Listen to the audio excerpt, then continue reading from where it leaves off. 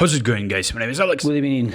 And welcome to a brand new video where we're going to be covering new packs. Some of you guys have started playing this game, maybe just yesterday. Some of you guys are carrying over your amazing teams into this season. And I'll be talking about the brand new packs that Kahn is rolling, and I'll be talking what approach you should be taking when it comes down to buying the match pass. There are some fantastic picks as well, and I bought both match passes, so I'll be telling you why I did that. And of course, there's fantastic packs over here. You can buy Messi for 1500 coins. You can that gets the boosters over here. You can wait for new epic cards. There'll be obviously Shevchenko, some other fantastic players very soon. Leo Messi for 1500 coins. I probably will be not buying him because I have so many different versions of Messi already. So I'll probably skip on this one. But this is a good idea because he gets 10 more players with him. So you get a stack team straight from the get-go. 1500 coins is like 10 to 15 bucks max, and you get these two packs. Actually, you know what, let's start this video with the first try. On my first try, I'm getting an epic card just like that because this is the new season and the game is so kind to me.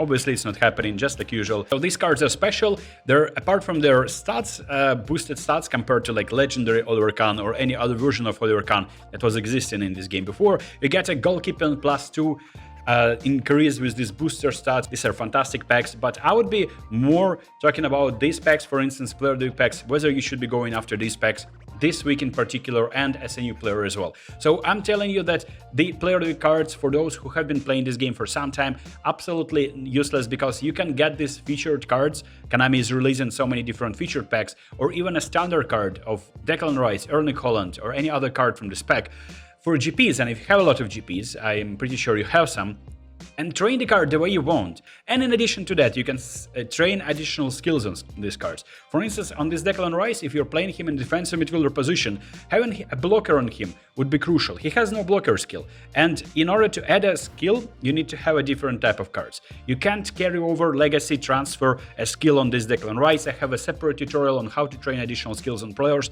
I'll be probably making another one because it's a brand new season, but for those who have been playing some time, they know that these cards are of no use, so spending money or spending, like going all in on these player of the week cards, I think it's not worth it. And considering if you're completing the events, if you're new to the game, you go to Dream Team match, you sim these games in the events against AI, I don't even play those games, and you get these chance deals as a reward. So these chance deals were available for the partner club packs. There have been fantastic players in this pack, and you're getting this for free. They're random, and they're getting straight in your team, I think, because, for instance, for me, pull this Aaron Wan-Bissaka, I trained him. He's a fantastic right back. You also have some nominating contact, great new captains pack, and this is interesting. Like, none of these players are gonna be extremely overpowered. Usually when Konami is giving you free stuff, it is not really that good on par with players that you're getting for coins, but this is important. If you click on this button in the nominating contacts tab over here, you see that you get a 5-star contract, expiry date, 4-star contract, expiry date, date of validity on the left. And I need to use one of my 5-star contracts. Already, I have less than a month left. So that means if Konami is waiting and waiting and releasing another nominating contract pack, like for instance on the 10th of October, like exactly in 1 month from now, I'm screwed. I will be losing that contract if I'm not using it before. So that's why you need to realize and plan ahead. There's a few good players that you can use for your team, and it depends on how you're using your team, where you're playing your players. For instance, this Reece James is great because you can play him as a right midfielder and right back. This is probably a player I'm going to be choosing. Bruno Fernandes, I think his player ID was kind of like non-playable. It was really difficult for me to find use of him. For this Zerbal, it's a good player. I have so many left midfielders though. Probably it would be more wise to play him not in his natural position, which is left midfielder, but with his left foot. Play him on the right instead, cut inside and try to curl it with his left foot, stronger foot, so he will be your replacement, temporary replacement for Messi or for Salah or for Dybala or for anyone who is great with his left foot and can cut inside and score a goal. Other players, they all are decent. I'm not saying that there's like a player that stands out. It's just like these packs are not meant to be overpowered. There have been some gems before, but right now I don't see any use of these players for my team because my team is stacked. But if you're just starting, just take a look at the team that you have. Like if you have a problem with right back position, get Reece James, and so on and so forth. This J-League team, many people are going to be skipping that. I would be paying attention to this pack only because there will be events where you need to use Japanese team. a team with players from J League, and you need to build that team. I already have that team in my game plan, and I already started building. I mean, I have full starting 11 full of this player Dumans, player Dijk players from Japanese league, and I'll be getting more. And this is a good idea because they are not really like they're usually 3-star contract, and there is a lot of 3-star contracts that you're getting from the match pass. So I'll be getting those. And one more time, it depends on the position of the player. They're all pretty mid, so you're getting a player just to fill in that spot and try to grind for the coins for the events. Same goes for Liga BBVA in Mexico. So this one, you're getting a player from Mexican or American league, and there will be events where you're going to be using those. Interesting player in here is Taylor, who is playing with Messi together, and Messi is assisting him all the time. Apparently, he's a Finnish player. I didn't know that. And there you go. This is where you can get a fun player for your, maybe, I don't know, Messi-related teammate teams, or maybe build yourself a Mexican league team so that you can use him in the events. So this is it. These are the packs, but we are talking about the match pass, where you're getting all of these nominating contracts and which player you should be getting from the match pass. I bought both, so I can tell you that even though I didn't really need a better defender, Van Dijk is a fantastic defender. I trained him. I will show you my training guide. And this Son Heung-min is a fantastic player, but I already have so many wingers. But there is a catch. So for instance, with my team, I already put them in my starting 11. I'm not gonna be telling you that I'm gonna be starting them all the time, but just saying. I didn't play any games with them, but you get the boost. Usually the boost is giving you +2 on the stat. For some reason, this one giving me only +1. In some stats, it is +2 though. Yeah, you see, for the defensive awareness, this Van Dijk is amazing. Like, look, the way I trained him, he's getting 96 defensive awareness and defensive engagement. Awareness for defender is very important. So even when he's getting acceleration only in 61, you're getting an improvement in this defensive awareness, which is apparently helping him to position himself the way where you won't be able to be beaten by an attacker. We know that with the update, eFootball 2024 is so excited on allowing dribblers to finally have their final say and score a lot of funny goals where, like, you can't really catch up with those strikers. I doubt that Van Dijk with 80, I mean, maybe with 80, but the best you can do with this card is try and sacrifice some defensive stats and try to get acceleration to like 70, but you will butcher the card. There's absolutely no need doing that, but you see, physical contact is fantastic, jumping is great, and he's amazing at what he's doing. Heading is 87,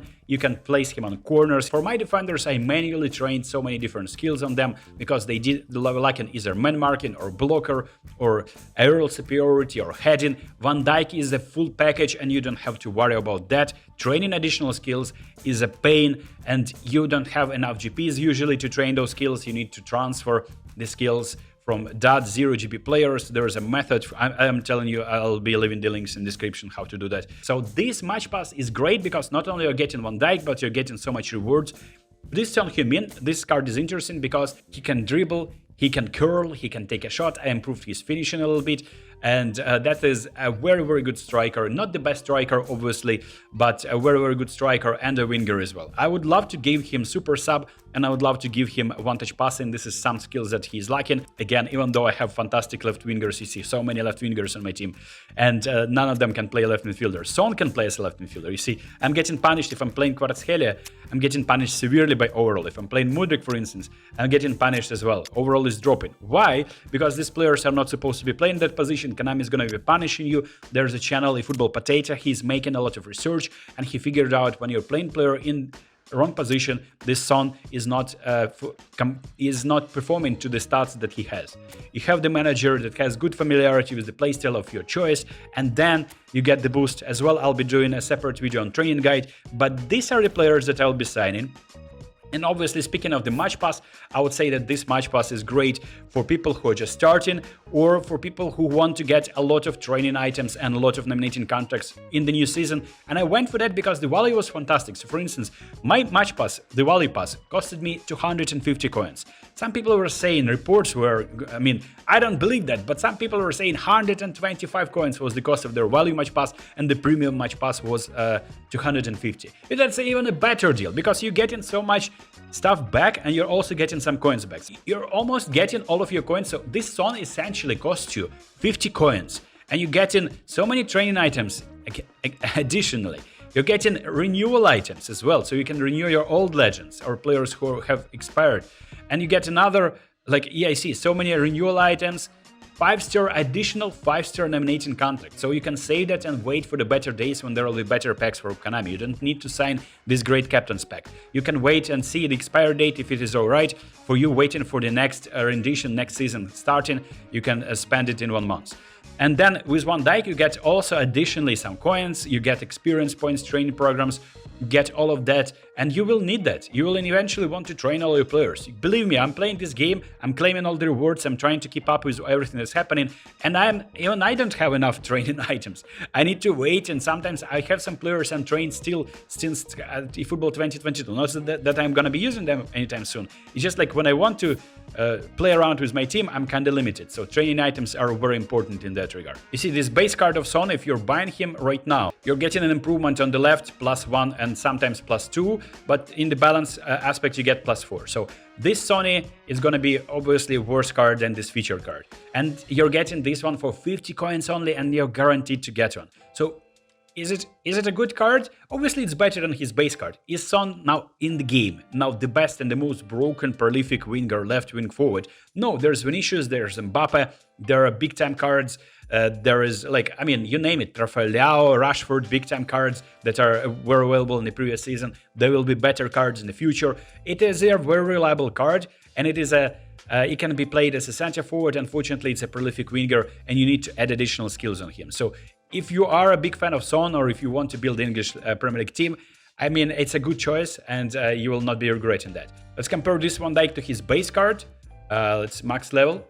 You see that this Van Dijk, obviously if you had some featured cards of Van Dijk, this Van Dijk might be not the best idea to get into a team, because some featured cards had already boosted stats. But the base card, you see, there is an improvement. +2 is good. +2 is a good improvement on the card, and you get an improvement throughout. I mean, defensive stats are aggression +4, you get better tackling, better defensive awareness.